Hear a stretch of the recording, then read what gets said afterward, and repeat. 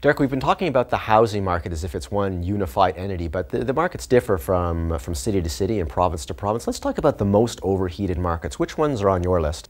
I think the one that stands out would be the Toronto market, and as well the Vancouver markets, those two. They stand out to sort of flashing some red signals there. Now you've said that nationally the market is 10 to 15% overvalued.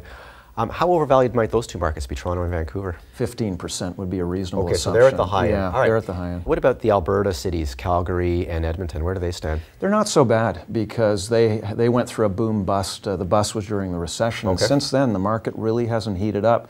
Economy's strengthening, but we really haven't seen it yet kind of flow through to much higher prices. What about Ottawa, Montreal? Those markets are moderately overvalued. We would see them come down, but probably more in the order of 5 to 10%. Okay, what about Halifax and Nova Scotia? I hear a lot about Nova Scotia real estate these days. Nova Scotia, again, moderately overvalued. I think that's a general rule of thumb, that most markets, we wouldn't see room for a lot of further appreciation. So there, I would say another 5% drop over the next Okay, year. last question. The best values in the real estate market, where are they?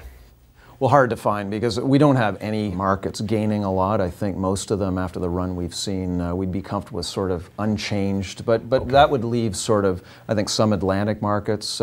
Montreal is probably more on the higher side, so not there, or Quebec City. They'd be moderately overvalued as well. Prairie provinces where the economies are strengthening, and I would say Calgary, Edmonton may be up there. Okay, thanks, Derek.